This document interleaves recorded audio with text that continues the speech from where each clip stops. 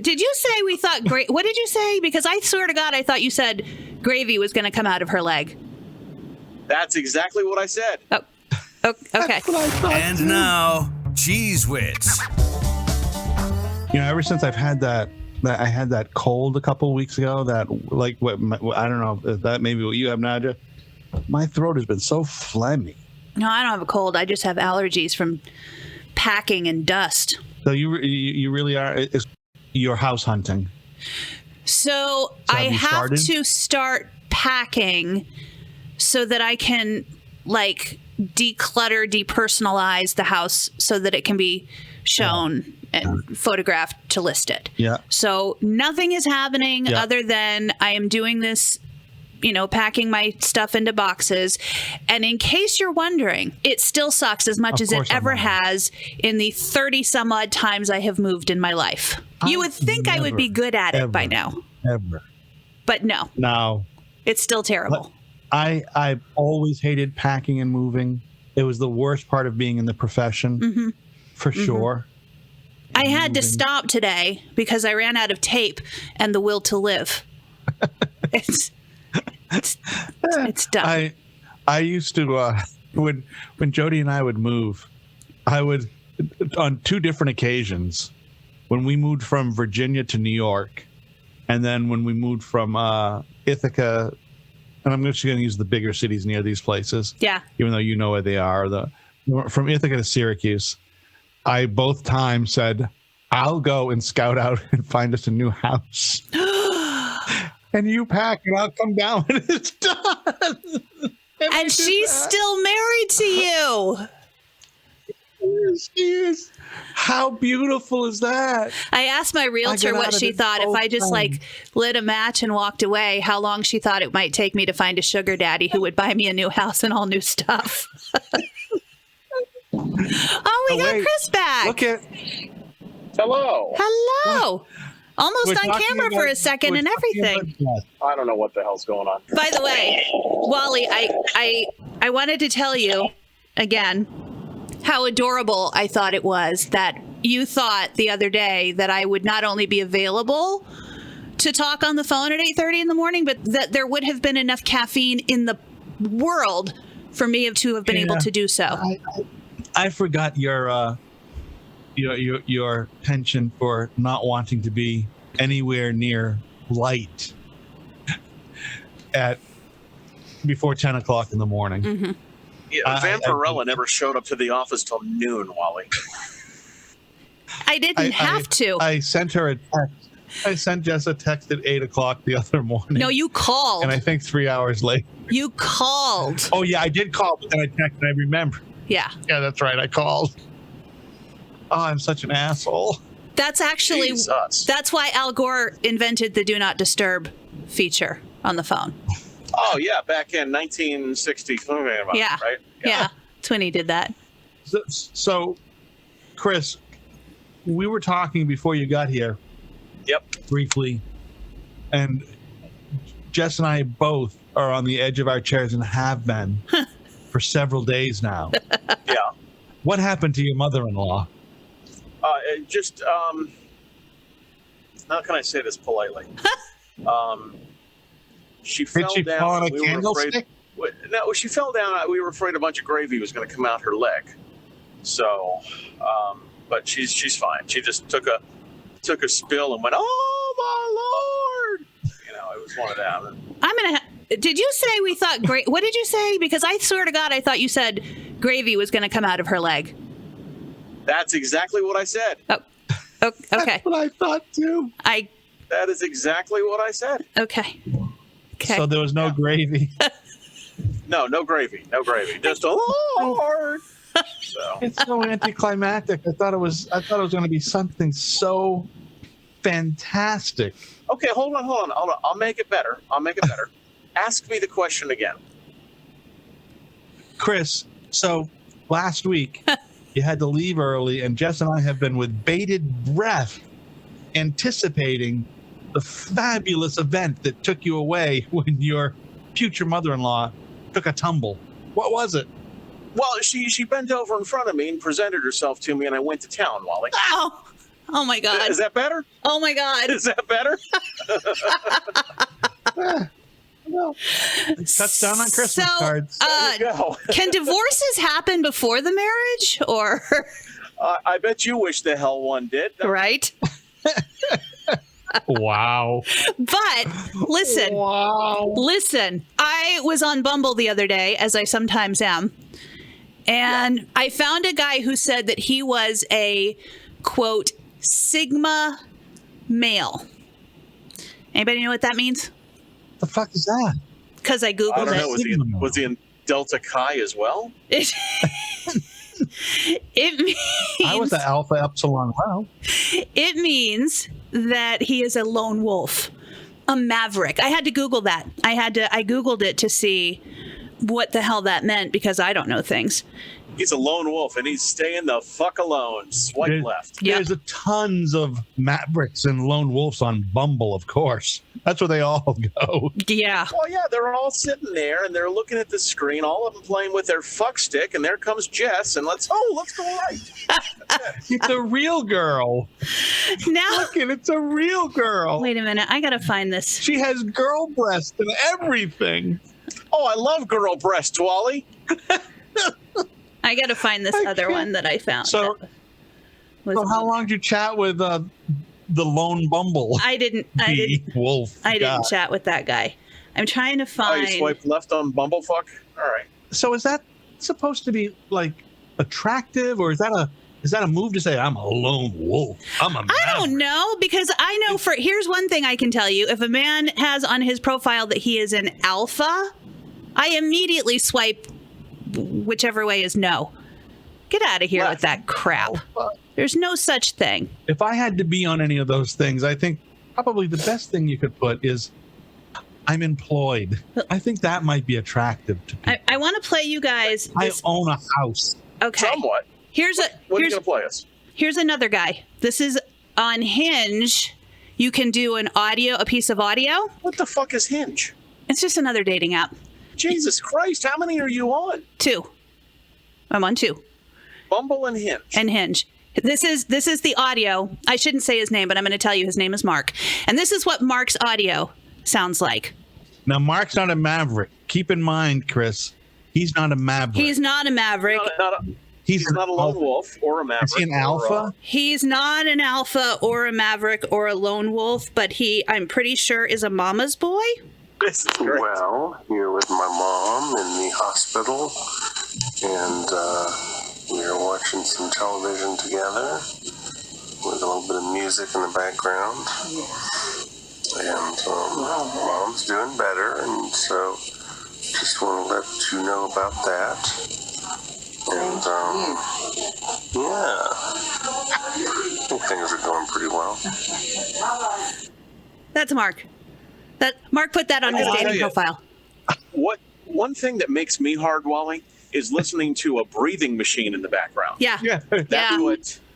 That's what gets me going. So if I y'all are can't wondering, believe- I'm just going to go ahead and stay single and get more dogs. No, I'm wondering why you didn't jump in the car and drive to the hospital to meet him. Because You could have helped him with the iron lung that we heard. I could have had some applesauce and some porridge. Would have been great. I'm just going to go I want ahead. the green Jello, please. I'm just going to go ahead and stay single. So What are you having for dinner? Oh, hospital food. That's so good. What are you going to have? I'm going to have a fucking Dilaudid. That's what I'm going to have. Okay? I was listening to the radio, and the Santa Claus on radio, that all these radio commercials, he's always sounds like, ho, ho, ho, ho. He's always the same guy, right? Yeah. Yeah. Wouldn't it be great if Santa was a little different? Like instead he was, maybe had an effeminate voice, a really high-pitched voice. Oh, hi, it's me, Santa. or just, Jesus, I'm Santa. What do you want? Just instead of the ho, ho, ho guy. See, Santa, it was never that way with me. I would tell my dad, I'm like, Dad, I want this game, this Merlin thing, and it's red, and you push the buttons on it, and he looked at me and went, ha, ha, ha. So it's not always ho, ho, ho. Chris, did you do your TV interview? Yes, I did. Did you see the lovely pictures? I can even send you the link to it if you want to watch that thing. Yeah, well, I will watch it when you send the link, but I want to hear about this. I want to hear, since Jess has been a radio programmer, I've been a radio programmer, you've been a radio programmer. I want to hear why we play Christmas music. Well, the woman, nice lady on the TV, she says, so why are we getting in the Christmas spirit so early, Chris? And I said, well, that's easy. It's all about the money. That's it. Well, tell us why the money is. Okay, more listeners. People want to hear Christmas music. I said, listen, November 1st is too early for me. I don't want to hear this stuff until the middle of December. But you know what? We play it November 1st. Everybody else seems to like it. We get more listeners. We get more advertisers. Advertisers pay more money. They want to be there. It's all about the dollar. Oh, all right. Well, that's your favorite Christmas song. Ugh. And Did you say the Christmas shoes? No, I wanted to say, holy shit, it's Christmas. But I couldn't bring myself to do it on, local Salisbury, Maryland TV.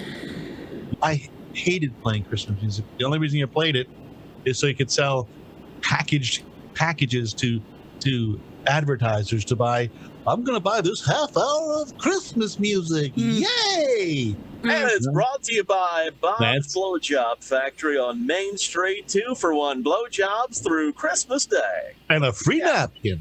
Or knowing the salespeople that were selling where Chris and I worked together, sponsored by Bob's Funeral Home. You stab them, we slab them. Ho, ho, ho.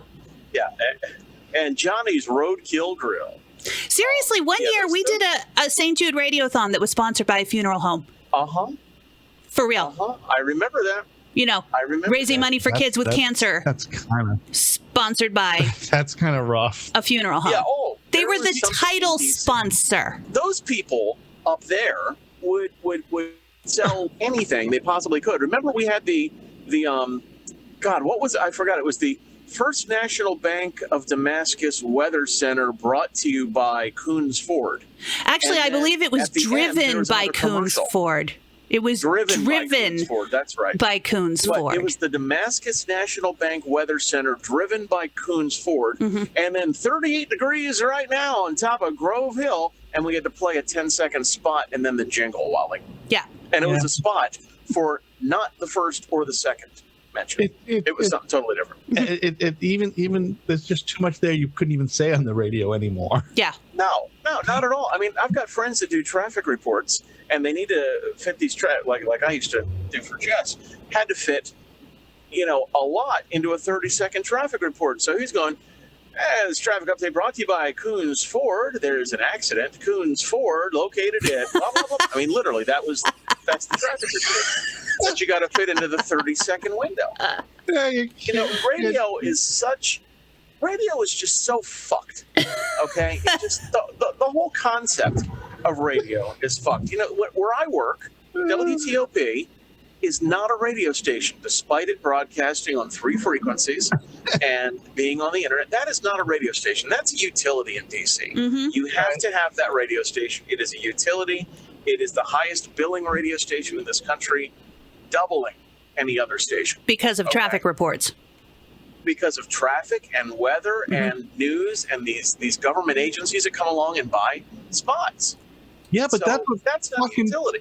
That's what fucking people listen to the radio for. Traffic and exactly weather. Right. And that's the shit radio doesn't do anymore. Because they know you can get it all on your phone, and they don't want to have any actual personalities on their radio stations because that costs money. So, yeah. I have been stuck in traffic. I have been stuck in traffic 100 times and wished I could fucking punch my local station and say, what the fuck is going on? And they'd have something. Well, they don't have anything. Wally, there's this thing you can do on your phone where it will actually show you what the hell is going on. And pro tip, the guys who are doing traffic reports on the radio are looking at Google Maps. Yeah. That's exactly what they're looking at. Listen, last time I had to do a traffic report, it was probably 3 years ago. And I was sitting there at the CBS station looking at WTOP's website, number one, to see what traffic was out there. And I was going to the Google Maps, and there's a red line. It's like, wow, traffic's slow on 270 through Frederick this morning, and then down toward the Lane Divide. Yep. So That's where the red line is. So for me, I get that. I know that's there, but that's like giving myself a tonsillectomy. It's like taking my own appendix. I fucking don't want to do it. I want an interaction. I want somebody to tell me what's going on. I do. I really want that interaction. I want that symbiotic relationship that we used to have with our radio station, that you could tune in and there was a, you know, for lack of a better word, there was a friend. There was somebody you trusted and believed in. That's true. There was somebody that you didn't have to fucking that now if I want to get the weather, you're telling me, look at my phone. Oh shit, I just hit the car in front of me because I was trying to find out the weather or what was going on with the traffic. I want somebody to fucking tell me. I want them to live up to that license. Serve the fucking community. It's the first line. That's all dead. The FCC doesn't fucking care. Number one. They just don't care. And the people that are running radio stations don't give a rusty fuck either. No. And the worst part about that, so the Classic Hit station here in DC, the one I used to run, okay, it was running things the other day telling people that the Taylor Swift, you can't get tickets through Ticketmaster because Taylor turned over to the next station. Oh, Taylor Swift tickets, not a. Who gives a fuck? Play the fucking Madonna record, okay? Yeah. Good. I'm with you. Let's go back to Christmas music for a second.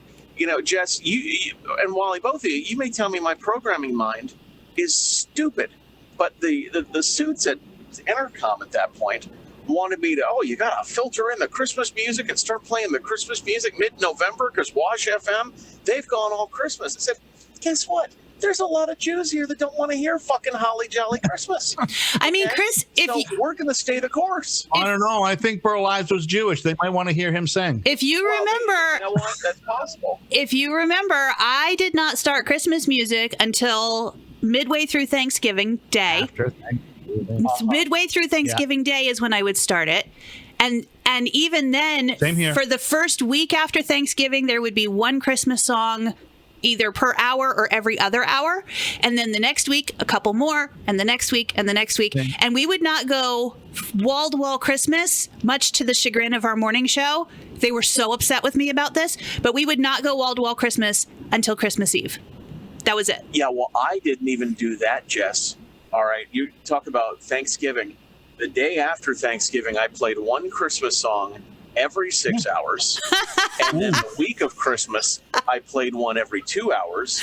And on Christmas Day, I played one an hour. Nice. And the total list of songs that I played was 30.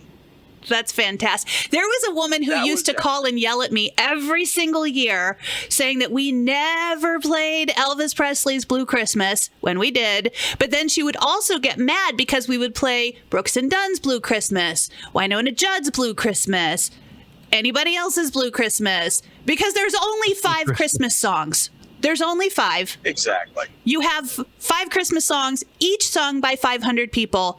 That's your Christmas music season. Somebody called one time up at FRA, and, you know, it's funny, a picture came up of our studio, Wally, in Facebook Memories the other day. It's sitting there. It's the WFRE studio. I see Prophet in front of us. And I noticed a big can of Miller Lite on the console because I was getting drunk that afternoon. And I know I even captioned my picture that says, the PD doesn't even give a fuck. It's okay. And was the PD me? Was that when I was there? The PD was, yeah, it was you. And, you know. You're right. I didn't give a fuck. Yeah, can you play Mariah Carey, All I Want for Christmas Is You? I'm like, yeah, sure. I'll get right the fuck on that. Okay. Right after the Christmas shoes, which I banned. Those phone calls, yeah, thank God. Those phone calls that used to come in at that radio station. You know, Frederick, Maryland, Wally, the absolute red capital of the world. And the request line that rings, and I, WFRE, hi. Said, hi, this is blah, blah, blah. I'm calling from the Democratic National Committee. Said, do you even know what fucking city you called, honey? Do you have any idea what you just called? No, you don't. So my Christmas thing was no Christmas music till halfway, same as Jess, after Thanksgiving. Right. Christmas music all day on Black Friday, and then back down to one song, and I would just one song an hour, take an oldie, I would just cut an oldie out and just replace it with a Christmas song. And I think we played 45 different songs. That was it. And my favorite Christmas song to play, Rusty Chevrolet. Did you ever play Rusty Chevrolet? I have heard it. I never got to play it. My guilty pleasure, and you're going to think that I'm out of my mind. And Already I'd like you to YouTube this later when you can. Of course you do. Of course you do. I loved playing Wayne Newton's Jingle Bell Hustle. Wow. I don't know it. I don't either. You got to look at it on YouTube, and you're like, this is fucking catchy. I never want to hear it again. I like some of that shit. So, Jess, you mentioned St. Jude earlier and that sponsor. Yeah. I did a little bit of St. Jude when I was working country radio. I know you've done St. Jude forever, for a long time. Yeah. And you're stepping down from your I'm retiring. Group. Yeah, I have a team. Snarky. I have a team called Team Snarky, and Snarky stands for Seriously Not About Running K's, y'all. Running K's, y'all. Y'all. And I came up with the name. Well, actually, one of Chris's and my former coworkers named Will actually came up with it, and then I immediately was like, I'm stealing that and using it. What, Danger Will Robinson? Danger Will Robinson came up with it. Wow. Because at the time, we were already raising money for St. Jude on the radio station, and our St. Jude rep came to me in early 2012, and she said, hey, the Country Music Marathon in Nashville is a St. Jude benefit now. And I was like, fantastic. And she said, we want you to start be a captain and have a team and go down and do the marathon. And I said, no. No. And she was like, what do you mean no? It's for St. Jude. And I was like, I don't run. And she said, but you can walk. And I said, listen, I don't often even have the gumption to drive 26 miles. There's no way I'm going to try to walk 26 miles. She's like, oh, but you can do the half marathon. And I was like, I'm not. No, it's a no. It's going to be a no from me, dog. And she said, but if you can convince, I don't remember the number, but let's say 10 people to join the team and each raise $1,500, your trip to Nashville will be free. And I thought about it for a second, and I said, okay, listen, I'm going to say yes, because this is a really stupid idea and nobody's going to sign up for it. And then I won't be the bad guy. I will have said yes. And then unfortunately, we couldn't get it together. Not enough people signed up. So I go on the air that afternoon. And this is after years of being on the air. Like, I hate exercise. I am not doing any of it. But y'all know I'll do anything for St. Jude. I go on the air and I say, wait till y'all hear what my St. Jude rep wants me to do. By the time I got off the air that day, 35 people had signed up and committed to do the thing. And yeah, so I got, how was that trip to Nashville? Trip to Nashville was great. The race itself, about mile 8 or 9, is when I realized that I had made a very, very big mistake, and that I had, in fact, decided to do something that was probably the stupidest thing I had ever tried to do in my life, and I was for sure never going to do it again. And I disagree. There's been stupider.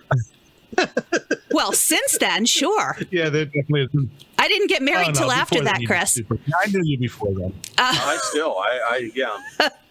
I knew you before then. You did stupider things. And then the CEO and his wife came up to congratulate us afterwards and said, will you be back again next year? And I said, yeah. And so here we are 10 years later, and I'm tired. I am tired. Yeah. Plus, people are sick of you. Should have Rosie Ruiz it. I've been begging for money for St. Jude for 10 years. People are tired of me asking for money, and it's getting harder and harder and harder to raise the money. So, I'm gonna. How much do you think you've raised over that time? I don't know about me personally, but I know the team. The team has raised. No, your team. The team has raised really close to $800,000 since 2012. There you go. It's all worthwhile. Damn. Yeah, I'm really proud of it. But I am really tired, and I want to. You bought a nice house. Direct my attention in other ways. Well, and Jess does that thing on the air, Wally. She sits there, she does it, she's waiting, she's like, nothing's gonna happen. Phone starts ringing. Phone starts ringing. Phone starts ringing. And she looks at me. I look at her. I'm like, you're fucked now, right? That's Yeah. impressive. You should, you know what? You got a couple awards. Now you got to get another one. Going to get the St. Jude Snarky Award. I mean, I get that would be great. I will say that St. Jude has given us a lot of recognition for the money that we've raised. Oh, absolutely. Yeah. So I think it's fantastic what you've done. I only did it for a couple of years. My favorite thing about the St. Jude, one of the St. Judes I did in Syracuse was I met John Conley, who I was such a huge fan of. wow, John Conley. Yeah. And he came and he sang and he did a solo he did an acoustic set, he did like 10 songs, 8 songs. That's like all of his songs. Yeah. But Rose Colored Glass is one of my all-time favorite songs. And when he did that, and this was 30 years ago. Yeah.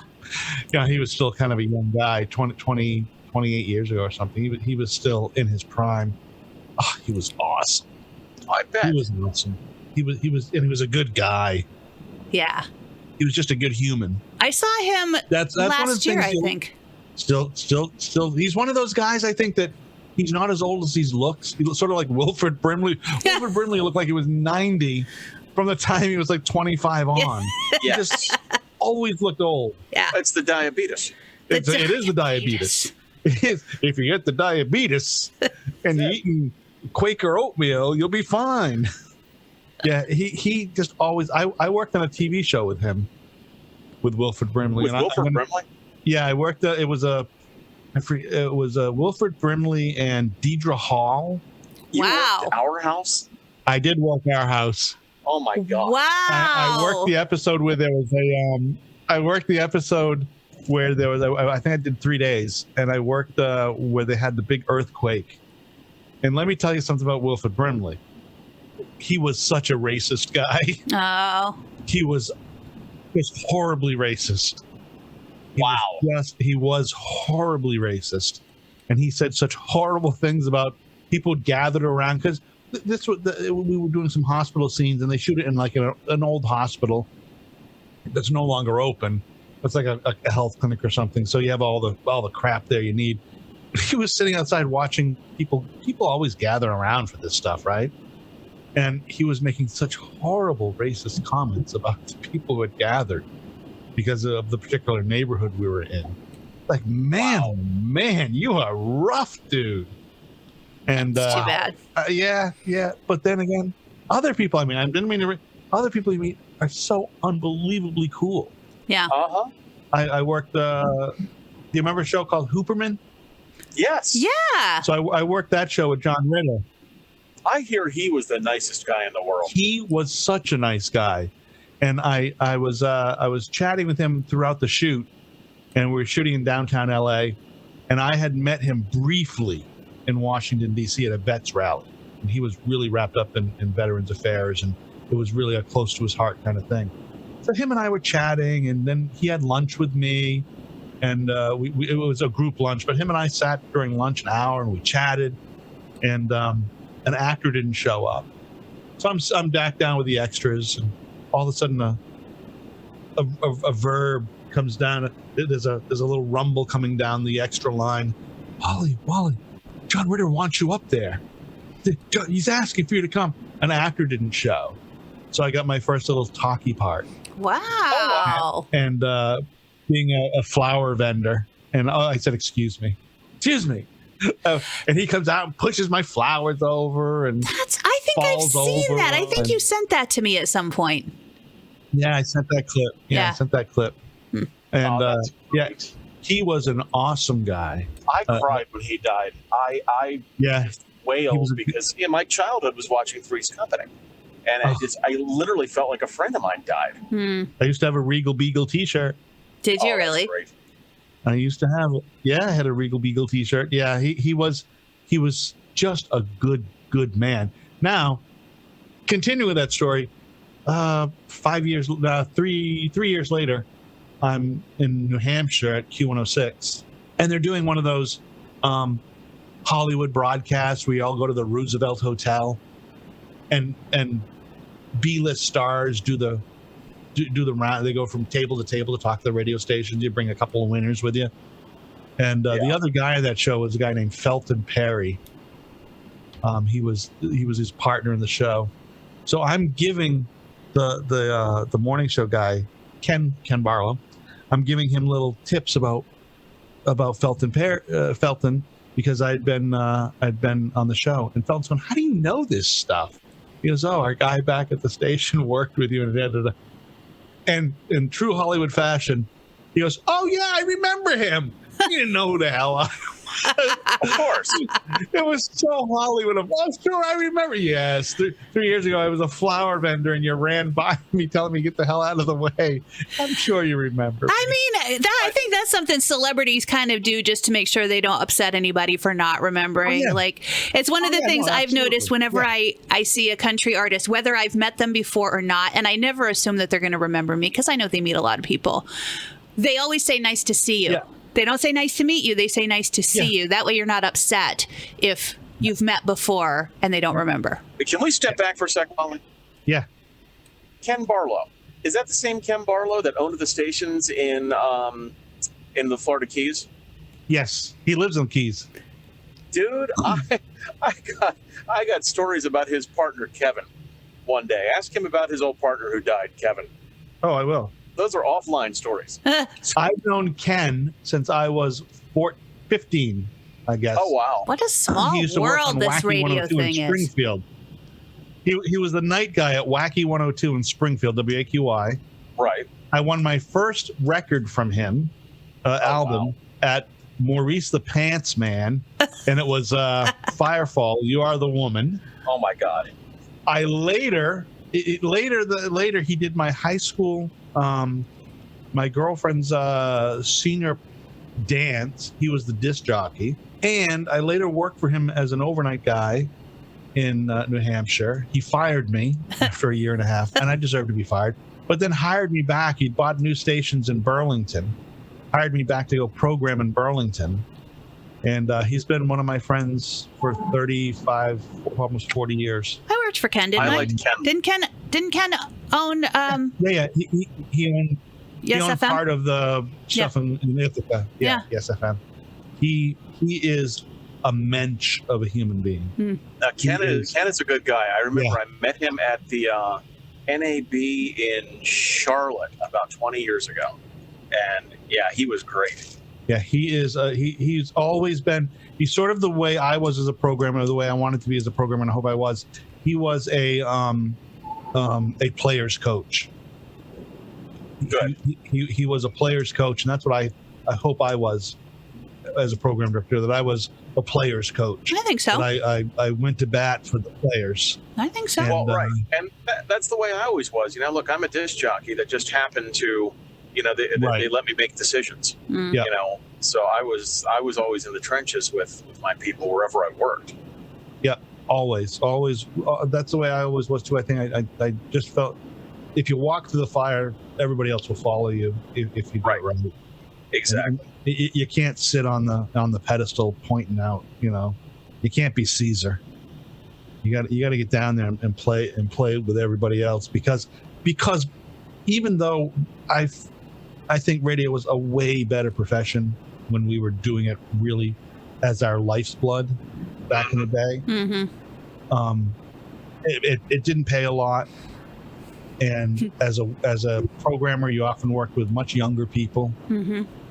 and it was a tough gig to be a programmer to try to convince people who needed to pay rent to work for nothing, and then come back in and do a remote for free and run the board and go out and hand out CDs or go out and do this or all that shit. That's a tough gig, but you know, you try to take care of it on the other end and be good about it. I'm just thinking about the second station that I worked at with Wally, where the owner would not give our paychecks to us until after 2:00 in the afternoon so that we couldn't go cash them before it was the next day's business. Oh, absolutely. My first job, we had to had to do that. We would draw straws, and whoever got the short one was the last one to go to the bank. And it was one of those things. But we did radio for different reasons. For me, it was I thought it was a cool thing. I still love AM radio. What a dumb schmuck I am. But somebody said, why do you do this? You don't make any money. You're making $5 an hour. What the fuck? And I said, do it for the concert tickets and the blowjobs. And my friend says, wait a minute, that really happens? I said, yeah, I had to blow a guy for concert tickets once. That's true. Oh my That's Lord. true. Yeah. So you got your Taylor Swift tickets, I guess. Oh, I got my Taylor Swift tickets and a little something extra on the side. Yeah, it's the same roadie who was doing Garth's last tour. Yeah. Yeah. So he saw Chris and said, oh, yeah, you need tickets, bub?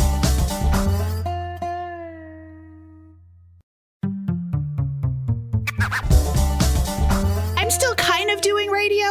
It's streaming radio, so it's different in that it actually pays a salary.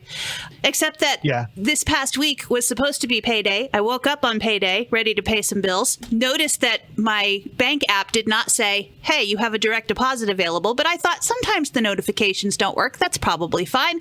Logged into my bank and no paycheck had been deposited on payday. Now, I don't feel like I'm saying anything bad about the company I work for out of school because, you can Google I work for a company called Live One. You can Google them and see the financial struggles the company has been under in recent months. So I was sure that was the day we were going to get the call that we were done, that was over, that everybody was out of work. Sorry, we invested everything in crypto, Jess. There's a problem. Which was really going to make it hard for me to buy another house. And I was, and of course, I'm the only employee in the entire company not living in California right now. So I'm also 2 hours, I have to wait another 2 hours for anybody in the company to be available to answer my question, which was, what the fuck? But it turns out it was just it was a snag with the payroll company, and we got paid by that day. Thank God. I thought I was going to hear the Price is Right losing horn. Yeah. Thank God. I thought so too. Panic I remember moment. being in those situations. Yeah. I was in those situations more than once, in the situation where you didn't get your paycheck. You're like, what the fuck? Mm-hmm. Uh-huh. A few times. Absolute panic. You know what my favorite is? It's not even the paycheck. The paycheck thing has happened to me a couple times where it's just not there, but it's resolved later on in the day. My favorite thing, and I swear people are fucking with me when this happens, but I'll go out of town. I'll go to, let's say I'm going to Las Vegas, okay? And I'm there, and 2 days in, all of a sudden the phone comes up and it says, enter the correct exchange password for WTOP. Oh, shit. And I put in the password and hit OK. Invalid. Oh, shit. Finding out it's just a Microsoft error, but damn it, that's the easiest way to figure out you're fired. If, hey, oh my God, Outlook doesn't work anymore. Remember our last day on the air together, Chris? That's what I was going to say. Those fuckers had our email turned off before we hit the microphones off. That's because they told me I wasn't allowed to say that it was my last day. I wasn't allowed to do that on the air. This might be a little bit inside, but I think it would be interesting to people who have ever listened to the radio and had, somebody that they listen to on a regular basis suddenly just not be there anymore and nobody says a word like that person never existed. I've never understood why, as a DJ, I'm supposed to, as part of my job, make people listening feel like I'm their friend. And then when it's time for me to leave, whether it's my decision or not, I'm not supposed to say anything about it being my last day. Right. So they specifically told me I was not allowed to do that. And maybe it's the gas station wine I was drinking on the air. Maybe it was just the bad attitude I had for these people that had come in and ruined everything. But I know what it was. I went down the hall and I just happened to see that they had put a check in my mailbox. Knowing it was my last day, I'm on afternoon drive. I don't go check the mail. Once I'm on the air, I do my show and then I leave. I just happened to see this check in there. And so I went on the air and I was like, is it so hard is it's so hard to just, knowing it's my last day, come down the hall. And then I sort of paused because I realized I had just said it on the air, and then just continued on the conversation, and the request line blew up. Did you say it was your last day? Are you really leaving? That's why they had our email shut off, and the door lock code changed before we even got off the air. Oh, Joe Bailey was in your office cleaning out the minute you left. Yeah. When I got let go from Citadel, that was it. They had my pass card, my card key didn't work anymore. Yeah. Before it was not, I was still employed. I went out. You had to leave the station area. We were in a fourth floor of a building, third floor of a building. You had to leave the station area to use the bathroom. There were no bathrooms in the station area, in the studio area. There was a common area with several bathrooms, toilets. I left, went out, used the bathroom, came back, and couldn't get back in because they'd already blanked my card key. I couldn't get back in the building, That's into the studio to do. The dead air goes. I can't get back in. I'm hitting on the door, and it's there's just nobody there. Yeah. Finally, somebody from the other, with there's 3 stations of the building, hears it, comes out and says, "What are you doing out here?" Oh, it's my last day, and that's it. My card key doesn't work anymore. They changed the codes to the back door, the front door, my email before I left the building. So just like you, couldn't get into anything, couldn't save nothing. Mm-hmm. Couldn't log into anything. And then you have the little anti-conspirators, right? The people who conspire with management because they think that somehow they're getting a leg up. So they'll go and they'll help it change the codes to the music software. We were using Music Scan, which is my favorite music scheduling software. But change the code to that, change the code to the computer, change the code because I was also doing the website, changed all the information of the website so I couldn't. All of it. I'm a professional. I'm not going to leave like an asshole. Guys, remember that? Do my job and quietly walk away. You remember that chick that went a gig? That chick that went viral because something happened and she was like, "I quit this bitch." She went on the air. She was like, "I quit this bitch." Oh yeah, that was Inetta the Mood Setter. Yes, Birmingham. yes. Wow. I love her. I quit this bitch. How long ago was that? Oh, 2005. Chris knows. So it's still radio at that time. Well, Oh yeah, kinda. yeah. It was radio. Sort of, kind of still radio. Yep, Arnetta the Mood Setter. It's changed so much. Yeah. And I hardly ever listen to commercial radio.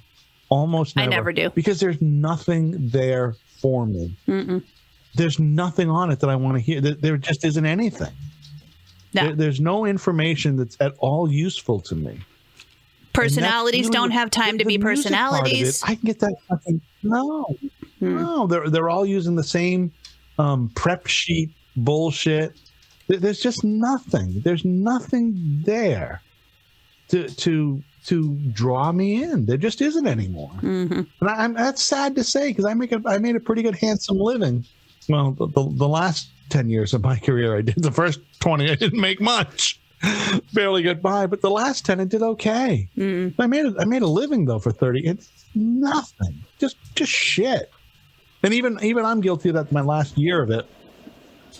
That you start cruising because all the resources. The last station I worked at, they cut the budget for the station voice. We couldn't have a station voice. Couldn't have a news service. Nothing.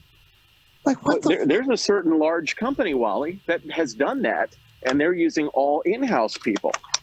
Okay, it's crazy, and this is a huge company. Like did this company recently? Did this company recently write off $4 billion? Yeah, I mean, $4 billion. They have to have the money to give their bonuses to 2 syndicated guys and the CEO. Do you know that when they filed bank, they wrote off $4 billion in debt. Mm-hmm. $4 billion, and you know who mostly took the hits on those? Yeah, some bigger companies, but most of the people who take the hits on those, people who plow your fucking yard at your local radio stations, people who do the yard work, people who clean the building, people who fucking take care of the van. Yeah, those are the people who took the big hits. Yeah, on those, and maybe some bank stuff. Speaking of vans, there has never been a cooler vehicle on the face of the planet than the radio station van.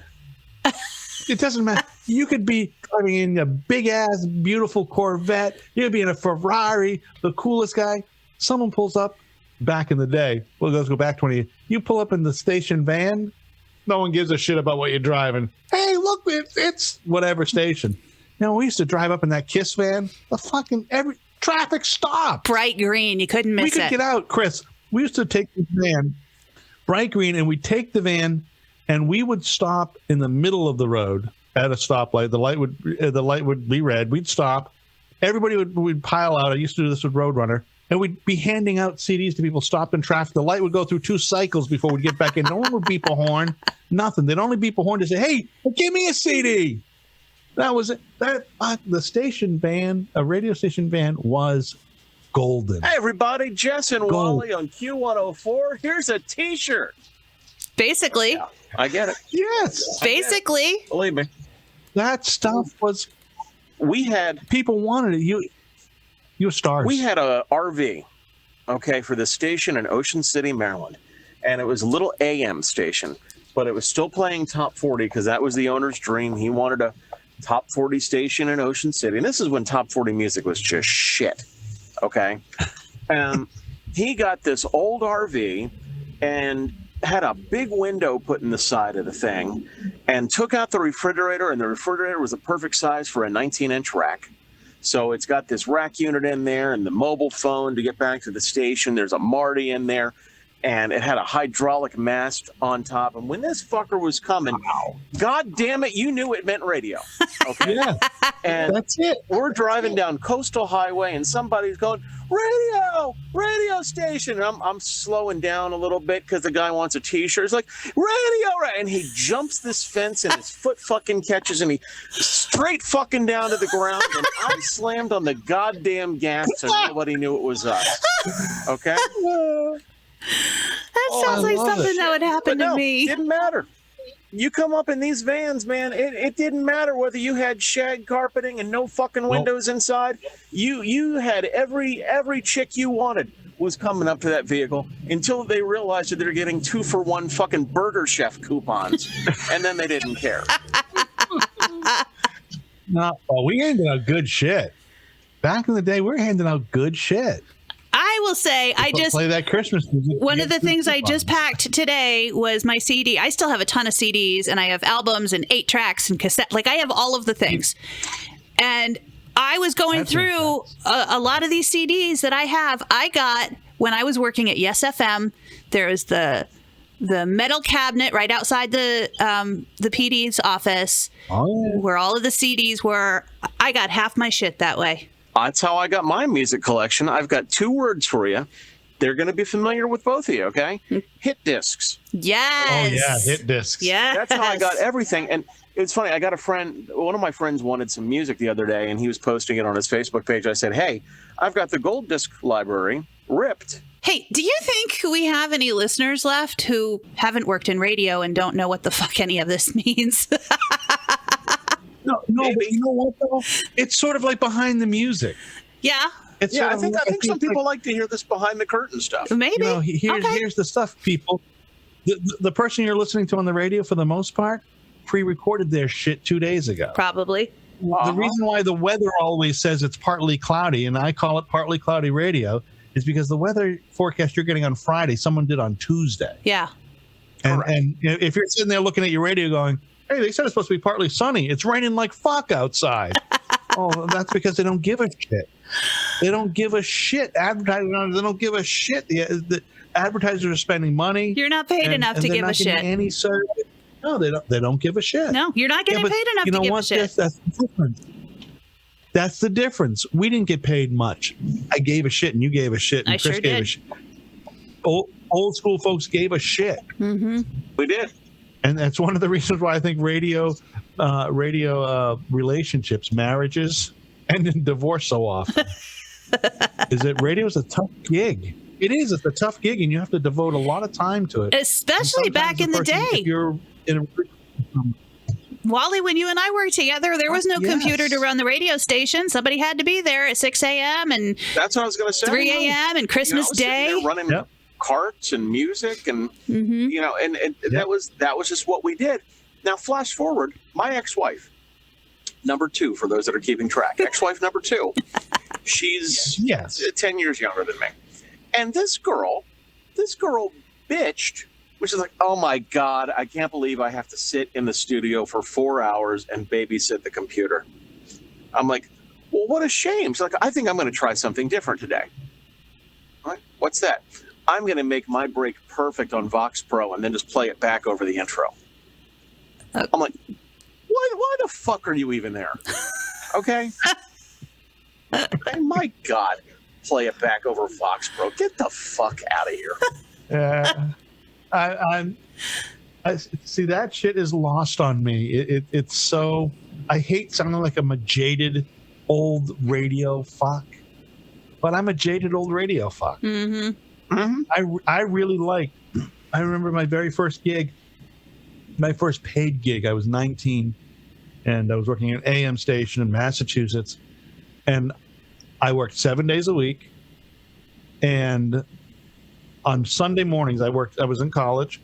On Saturday night, I used to sit on Red Sox baseball or something. My first whatever, many months, 6 months, I never cracked a mic except to do the weather or the ID during Red Sox or Bruins.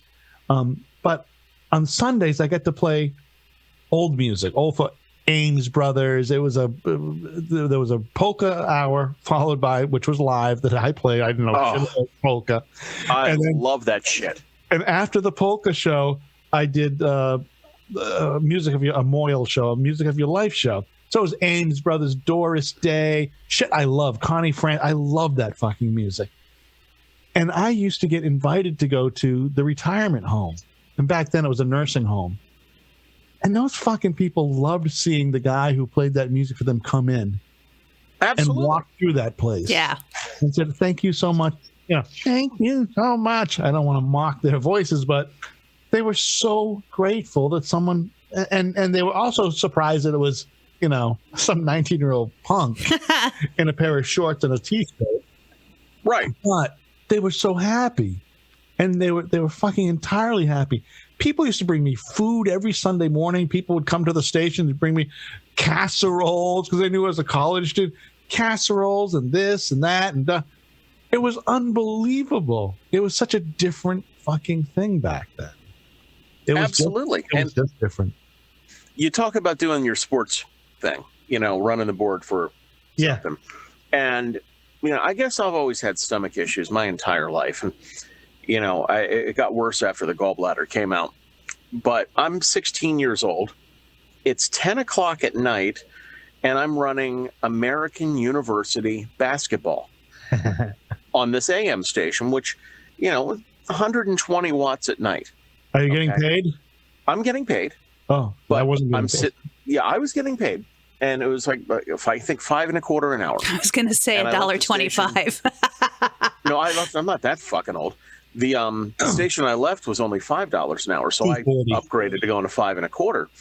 And the most fearful thing, after you've had a quarter pounder with cheese or McRib or whatever the fuck I was killing myself with, I'm like, God, I've got a shit, and it's 9:50. I'm fine. Go in the bathroom. I'm sitting there, you know, mid oily stool. I hear. Now let's take 10 seconds for station identification on the American University Radio Network. Oh, it's what nightmares are made of. And it's just 10 seconds of dead air. And we're back. And, oh, Christ. And what the fuck could I possibly do? So the hotline rings. Oh, my God. And I clinch it together. I go out front. And because it wasn't much there, because you're at the transmitter site, little tiny building, 5-pot board, okay? Answer the phone. I'm like, hello, Chrissy, it's Bill. How are you? I'm okay, Bill. How are you? I'm fine. Could you tell me what the fuck happened with the station ID? I was taking a shit. Well, you really need to plan taking a shit for the bottom of the hour or at another time so that we don't lose our FCC license. I said, Bill, do you really think I can control when I'm going to take a shit? Well, you're going to have to figure that out, I suppose. Have a good night, Chrissy. Jude, Okay, fuck. It's I have a shit literally story what while on air. what nightmares are made of. I don't know anybody in radio who has not had the nightmare that there's dead air and they can't get into the studio to start whatever needs to start. I always have that, and it's always at one station. It's always at Mix 107.3. No matter what, I don't care how fucking long I've been gone from there. It's always Mix 107.3. And I'll be in the hallway talking to Jack fucking Diamond. Okay? And, you know, That's a he's radio making name. coffee. And he's going, well, hello, Chris. Good morning. How are you? I'm like, good, Jack. How are you doing? And I hear the song in my head fade out. Yeah. So I go to the studio. Either the door is locked or I can't get anything to play. And my favorite one, Jess, Wally, somebody's stolen the fucking console. It's gone. Okay. It's just gone. My shit story. Jess, do you have a shit story? Not that I can think of. Yeah, his name was Eric DeWeese. Yeah. But I'm going to need you to stop story using is- that word, Chris. God damn it. Oh, I'm sorry. Wally, on her Facebook page, I remind her that name rhymed with deceased as well. Go ahead. I have the same thing, Chris. I've eaten some bad clams or something, and I'm doing overnights, and man, I have got to shit something fierce. And I said, I've got to find a song. And I grab James Taylor, Steamroller. Okay. I've never listened to the song Christ. album cut. Yeah. I'm in the can and I'm doing my business, and all of a sudden I hear this because there's a nice speaker in the bathroom, and I hear motherfucking Steamroller. Like, oh shit. Before I get off the pot, the phone's ringing. It's 2:30 in the morning, and I'm getting a call from the PD. Like, you can't. And I got raked over the coals. My other story, same station, Q106. I was a smoker. I stopped smoking many years ago, 30 years ago. I stopped smoking 25 years ago. Not 30, 25. And I'm outside. I'm having a cigarette. They just put new locks on the doors, and I got locked out of the studio, and I'm listening to the song fade. Oh, shit. Fade. And it's a Taylor, I might have been a Taylor Dane song. It's just fading away. I had to break the window of the studio to get back into the station to get back on the air. And God. I got in trouble for breaking the window, but was also that's the job I got fired from eventually. I don't think I have a shit story, but did I tell you guys about the time that I let fuck get on the air in an edited phone call? Did I tell you about that? Yeah, you did. I remember you saying that. I don't know this. Yeah, go for it. So tell the story. I'm at KKUS in Tyler, Texas, working for the literal devil. His name, I'm certain, was Satan, but that's not what he went by. He was just an awful, awful man. And we had a reel-to-reel to record phone calls on. And I was really good at editing tape. Yep.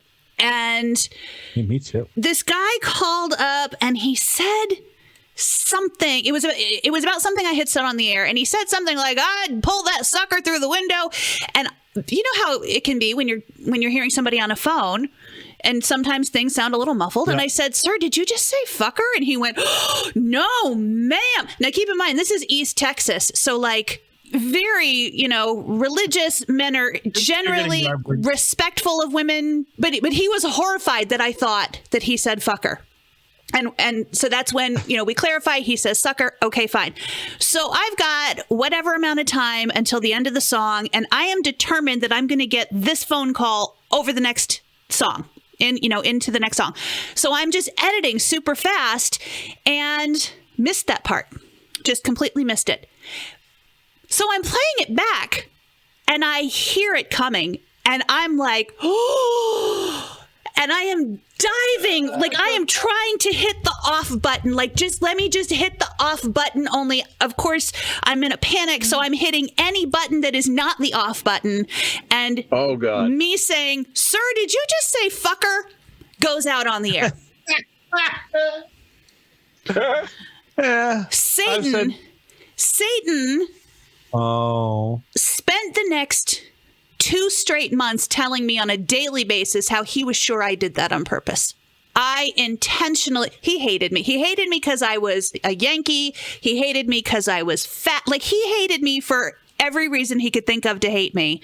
And that man made me cry every single day. That was only like my third radio job or something, fourth. I almost quit radio because of him. You weren't hard yet. He made me cry every single day, and I almost quit radio because of him. That's why you grew a dick. That's so why you I could had get to. hard. Yeah. When he finally ended up firing me, it was because he had a rule that we were not allowed to keep the studio door open because of the air conditioning. But he also said to me that it was because I already said fucker on the air, and therefore it was going to be my fault if the studio door was open and somebody cursed outside the studio and it went on the air. So I came into work one day. It was a Saturday. The jock before me had the door propped open. I didn't think anything of it. I'm running a board for a remote. He comes in, Satan comes in, makes this huge show of closing the studio door, like just very dramatic about it.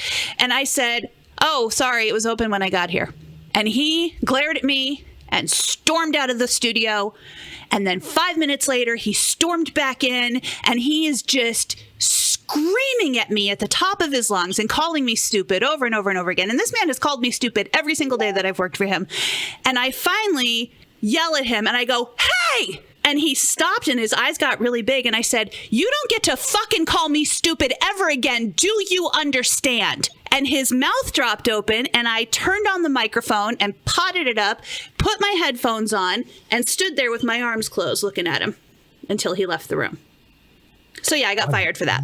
Rightfully so. I should have been fired for that. It's not how you have you ever handle that. Have you ever hit anybody that you worked for? Hit? Yeah. Like punched? Yeah. No. I did. Ooh. Yes. I when I was working in Roanoke, and I was leaving. I had already given my notice. I was on the 2-week, and the sales manager was a 5% owner, and the GM was a 5% owner, and then another guy who nobody ever knew owned 90%. And they were the kings of trading everything from carpeting to food to electricity, these two guys. And I fucking hated them. I hated them because of that. I hated them because they raped the station. They raped the station of its profits, of its dignity. They raped the people of its. I just hated that kind of radio. Mm-hmm. And the GM, the sales manager, comes in, and he was shorter than I was, so I might not have hit him had he been taller than me. But he come in, he's giving me a bunch of shit just because it's your last day and blah blah blah, and he's going off and he's fucking just laying into me. And I just fucking reached out and I grabbed him around the throat and I put against the wall, and I didn't actually hit him. I just grabbed him by the throat. I put him against the wall. I hit the wall next to him, and I just about lost my shit. And this is back when I was probably 28, 29. I was fucking vim and vigor. I was a college athlete. I wasn't, because I played basketball in college, and so I still had an athlete's body. I was a strong, built like a brick shithouse motherfucker. A fucking guy, just shriveled. But I came real close to getting into a huge, like a fight. And that's crazy. One of the persons there, I'm still friends with Mary, told me, Wally, don't do it. Don't do it, Wally. He's not worth it. Don't do it. She's speaking her Virginia lilt. She's a beautiful woman. I've got one that it's, I'm at a radio station, and the sales manager, who, Jess, we share this opinion about a different person, but thank God he's dead. And this guy. Same with Satan, by the way. Yeah, he's dead too. All right. Yeah. This guy comes and gets in my face and starts pointing at me. Okay.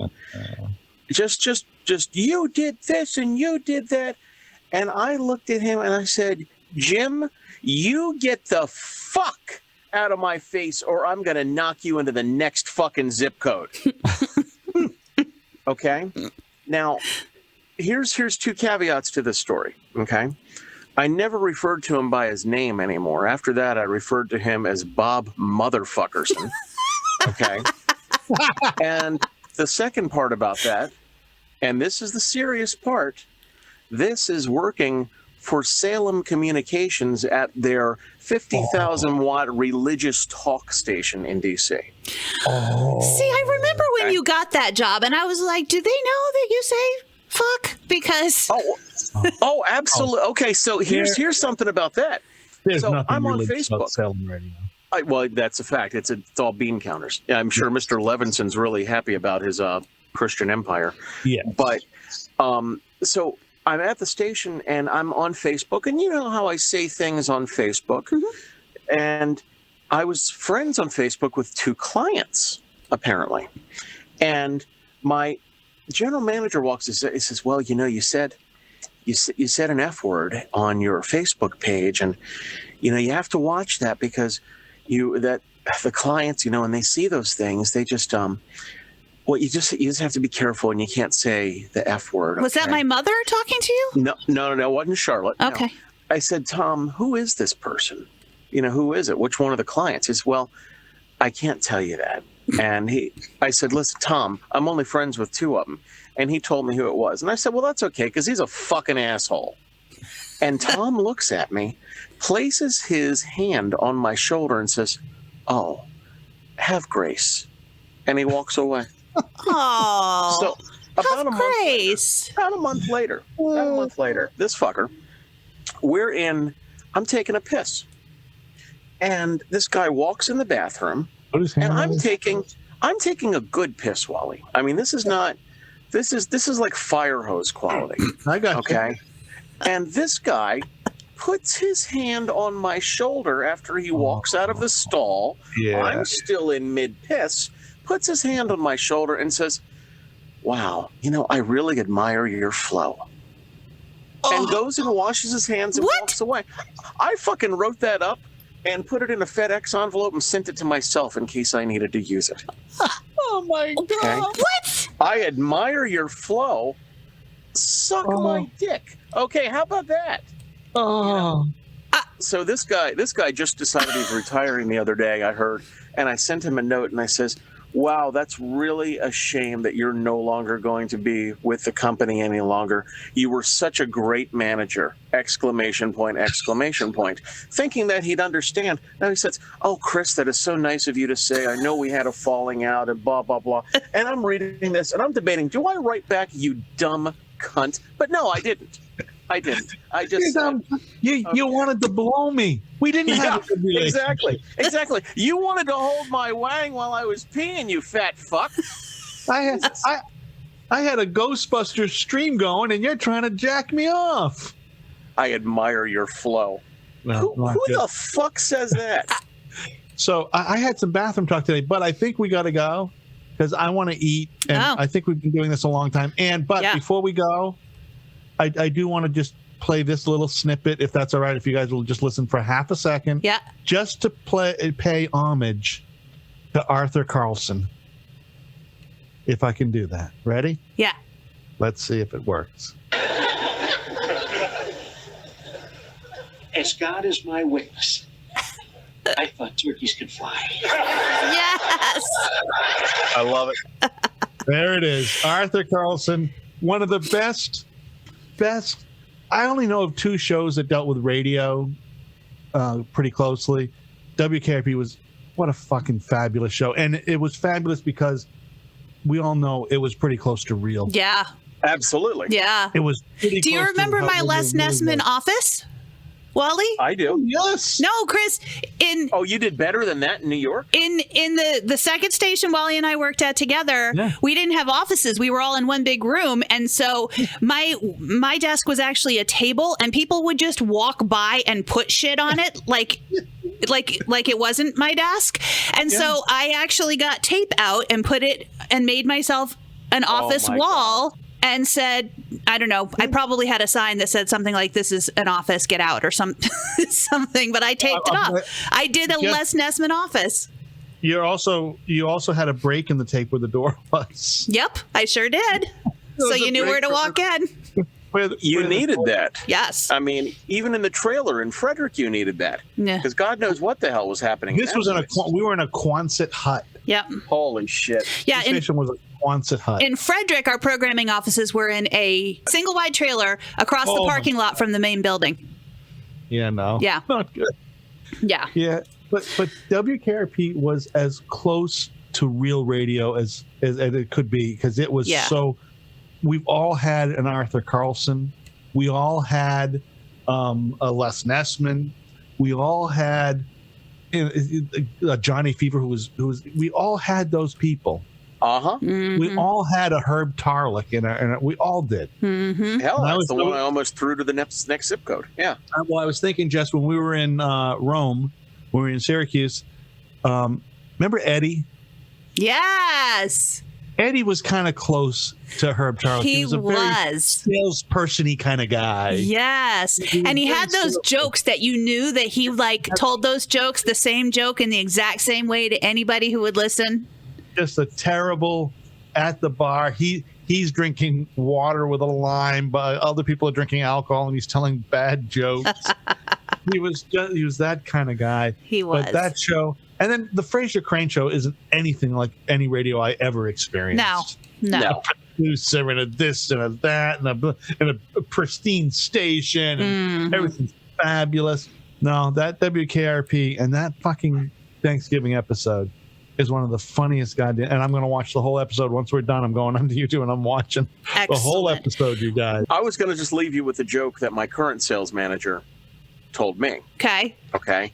And you talk about this guy telling the jokes to the same people the same way. Yeah. I'm sure he did this to several clients, but he told me, he said, so this woman, is at home with her husband and they're going through the mail and there's a little tip envelope in there for the mailman and she didn't know what to do with it. So, the day goes on, the mailman comes by the house and she brings the mailman inside and takes him upstairs and fucks him real good and then brings him downstairs and sits him down to this beautiful lunch. And the mailman says, this is great, but your husband and, I don't understand, what happened. I said, well, you left that tip envelope in the mailbox, and I talked to my husband this morning, and I said, what do I do with this, for the mailman? And he said, fuck the mailman. But lunch was mine.